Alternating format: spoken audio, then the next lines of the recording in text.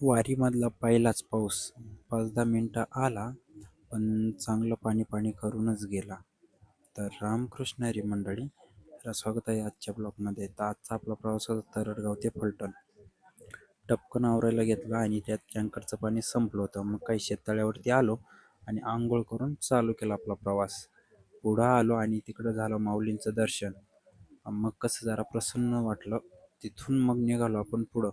दिंडीला सोडलं मागं आणि आपण आलो पुढं, कारण आपल्याला काल धुतलेले कपडे आपले सुकलेले नव्हते. ते वाळवण्यासाठी पुढं जागा बघत होतो. मग पुढं भेटला एक डोंगर. आलो डोंगरावरती, दिले कपडे वगैरे सगळे सुकायला टाकून आणि बसलो तिथंच आराम करत. आता कपडे सुकेपर्यंत आपल्याला काही सुट्टी नव्हती.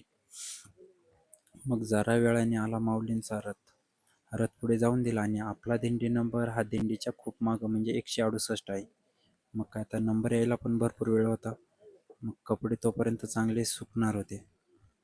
कपडे वगैरे त्यानंतर पॅक केले आणि तिथून आलो आपण प्रवासाला पुढं. मग जेवण वगैरे करायला बसलो. जेवण वगैरे केलं आणि तिथून आलो आपण जरासा आराम करू म्हटलं. पेट्रोल पंपावरती आलो आणि तिथं झोपणारच होतो, तर काय सुरू झाली पाऊस आला. मग आता पावसामध्ये काय थांबणार आहे होय. घेतले सगळ्यांनी घोंगटे डोक्यावरती आणि निघाले पुढं. पहिलाच पाऊस होता आणि वातावरण पण एकदम थंड झालं होतं, त्याच्यामुळे चालायला पण आनंद येत होता. आणि आजचा पाऊस हा म्हणजे वारीतला पहिलाच पाऊस होता, त्यामुळे जरा काहीसं भारी पण वाटत होतं आणि थोडी चिडचिड झाली म्हणून जरा नको पण वाटत होतं. असो, तिथून आलो पुढं आणि आजचा आपला मुक्काम होता फलटणमध्ये.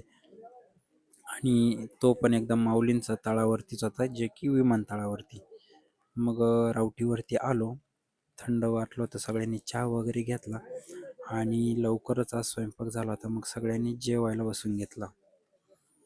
मग आता जेवण वगैरे करून घेतो. भेटू उद्याच्या ब्लॉगमध्ये. तोपर्यंत रामकृष्ण हरी.